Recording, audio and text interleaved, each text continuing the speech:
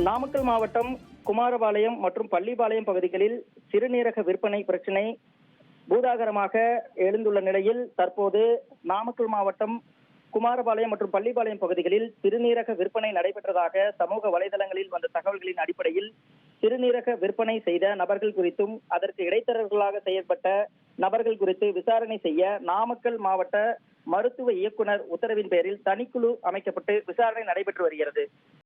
பெரம்பலூர். சரிங்க. அவங்களுக்கு நாங்களாக தான் நீங்களே தான் கொடுத்தீங்களா? உங்களுக்கு எவ்வளோ அமௌண்ட் கொடுத்தாங்க? ஏன்னா இப்போ எல்லாம் சொப்பா கம்மி அமௌண்ட் தான் தராங்க, அங்கே வாங்குறது அதிகமாக வாங்குறாங்க. உங்களுக்கு எவ்வளோ அமௌண்ட் கொடுத்துருக்காங்க? எங்களுக்கு வந்து 5 தான். 5 லட்ச ரூபாய்ங்களா? நீங்கள் என்னைக்கு கொடுத்தீங்க? 8வது மாதம். போன 8வது மாதங்களா? உங்களுக்கு யாரை கூட்டிகிட்டு போனது? அவர் ஆனந்த் ஒருத்தருங்களா? எந்த ஊரில் கூட்டிகிட்டு போனாங்க உங்களை? எங்களுக்கு அந்த பெரம்பலூருங்களா? டெஸ்ட்டெல்லாம் எடுக்கிறதுக்கு யார் கொடுத்தீங்க? கிட்னி அங்கே போய் யார் கொடுத்தீங்க நீங்கள்? ஒரு பார்ட்டிக்கார் பார்த்தாங்க. அவங்க வந்து தஞ்சாவூரில் இருக்கிறாங்க. அவங்களுக்கு அவங்க லேடிக்கு. சரிங்க.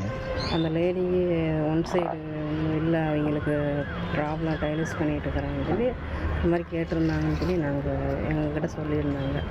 எங்களுக்கு அப்போ கொஞ்சம் பிரச்சனை, கடன் பிரச்சனை இருந்தது.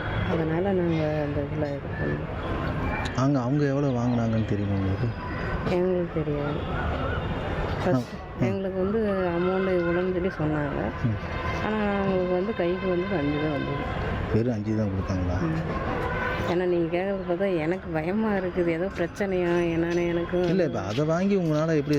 இப்போ நீங்கள் கொடுத்தீங்களா, யார் கொடுத்தீங்க? நாங்கள் நீங்கள் தான் கொடுத்துருக்கீங்களா? இப்போ உங்களோட உடல்நிலை எப்படி இருக்குது? இப்போ பரவாயில்லைங்களா? எந்த பிரச்சனை இல்லைங்களா?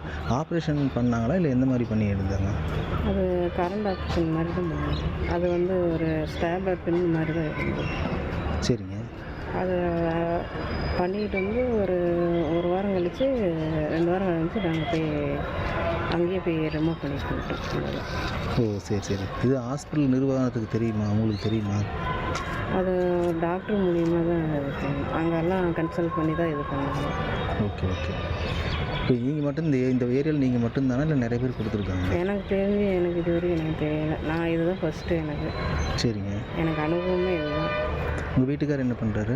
அவர் சப்ளையராக இருக்கிறார் ஹோட்டலில். இப்போ அவரோட நாலேஜுக்கெல்லாம் தெரியுமா? நீங்கள் கொடுத்ததெல்லாம் தெரியுமா? இல்லை, அவருக்கும் தெரியுங்களா? உங்கள் குழந்தைங்க? 2 பசங்க. என்ன படிக்கிறாங்க அவங்க? இல்லை, படிக்கல, வேலைக்கு போயிட்டுருக்காங்க. பெரிய பசங்களா? இப்போ நீங்கள் கிட்னி கொடுத்ததுக்கப்புறம் உடல்நிலை எப்படி இருக்குது? உங்களால் வேலை செய்ய முடியல? பழைய இது இருக்குது, செமினார் இருக்குதா? இந்த சத்து பழைய மாதிரி உங்களால் இருக்க முடியுதுங்களா? இல்லை, ஓரளவுக்கு இருக்க முடியுது. ஓகே. வேறு எந்த தொந்தரவும் உங்களுக்கு இது வரைக்கும்? இல்லை, எந்த தொந்தரவும் இல்லை. நார்மலாகவே இருக்குது, எந்த பிரச்சனையும் இல்லை. பிரச்சனை எதுவும் கிடையாது.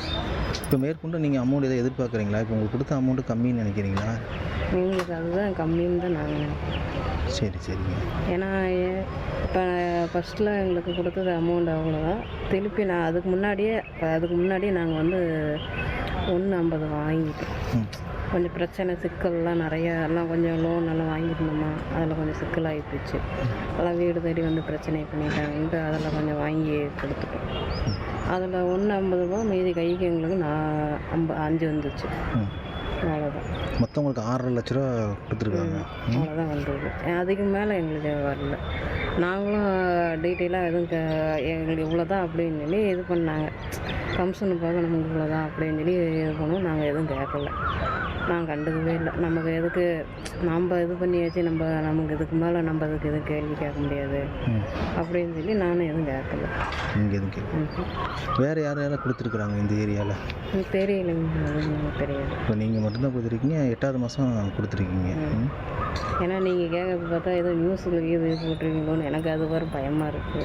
இல்லை, இப்போ அமௌண்ட் உங்களுக்கு வந்து அங்கே எவ்வளோ வாங்கினான்னு என்னென்னு உங்களுக்கு தெரியாது. இப்போ நீங்கள் உங்களுக்கு கொடுத்த அமௌண்ட்டு 6 லட்ச ரூபான்னு சொல்கிறீங்க. இப்போ அவங்க எவ்வளோ வாங்கியிருப்பாங்களோ அது உங்களுக்கு தெரியாதுல்ல? எந்த ஹாஸ்பிட்டல் பெரம்பலூரில்? தனலட்சுமி சீனிவாசன். எத்தனை நாள் அங்கே தங்கியிருந்தீங்க? அங்கே டெஸ்ட்டுக்கு போயிருந்தோம். டெஸ்ட்டுக்கு போய் அங்கே ஒரு வாரமாக அங்கேயே தான் தங்கி. சரிங்க. ஏன்னா நான் நார்மலாக எனக்கு வீசிங் ப்ராப்ளம் இருந்ததா, அதுக்கெல்லாம் கொஞ்சம் டெஸ்ட் பண்ணாங்க. அது நார்மலாகவே தான் இருந்துச்சு, எந்த பிரச்சனையும் இல்லை. எல்லாம் சாப்பாடு எல்லாம் அந்த டைமுக்கு எல்லாம் இது பண்ணாங்க. ப்ளட் டெஸ்ட்டு இதெல்லாம் இது பண்ணிக்கிட்டு இருந்தாங்க எனக்கு. அப்புறம் அதெல்லாம் எதுவும் இல்லை. அப்புறம் திருப்பி 1 வீக்கில் ஆப்ரேஷன் சொல்லி இது பண்ணியிருந்தாங்க. சரி அப்படின்னா அப்புறம் பண்ணி 15 நாள் கழிச்சு நாங்கள் இப்போ நீங்கள் கொடுத்ததுக்கப்புறம் மறுபடியும் டெஸ்ட்டுக்கு போனீங்களா?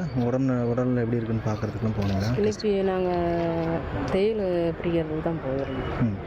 தேயில் பிரிக்க 1 மாதம் கழிச்சு 3 மாதம் இல்லை 1 மாதம் வாங்க அப்படின்னாங்க. அப்புறம் நாங்கள் போய் அதே ஃபஸ்ட்டு பிரித்தோம். இப்போ திருப்பி 2வது பிரிக்க முடியல, புண்ணு ஆறல அப்படின்னு சொல்லி இப்போ நீங்கள் இன்னும் 2 வாரம் கழிச்சு வாங்க அப்படின்னு சொல்லி தனி போட்டாங்க. அவர் திருப்பி 2 வாரம் கழிச்சு நாங்கள் போய் இது பண்ணால் நல்லா ஆறிடுச்சு, எந்த பிரச்சனையும் இல்லை, நீங்கள் நல்லாவே எல்லாம் சாப்பிட்லாம், எல்லாமே வேலைகள் பண்ணலாம் அப்படின்னாங்க. நாங்கள் அதுக்கே பயந்துக்கிட்டு இல்லை ஏதாவது தொந்தரவு கொடுக்குமா, எங்களுக்கு வேறு ஏதாவது பண்ணுமா அப்படின்னு சொல்லி கேட்டால் அதெல்லாம் எந்த தொந்தரவும் இல்லை, எந்த பிரச்சனையும் வராது உங்களுக்கு, நீங்கள் எப்பயும் போல் இருக்கலாம், வேலை செய்யலாம். என்ன ஒரு வேலை செய்கிறதுக்கு கொஞ்சம் ஸ்ட்ரென்த்து இன்னும் அதிகமாகும், நீங்கள் சாப்பிட்ணும், நல்லா காய்கறி முட்டை அதெல்லாம் சாப்பிட்ணும் அப்படின்னு.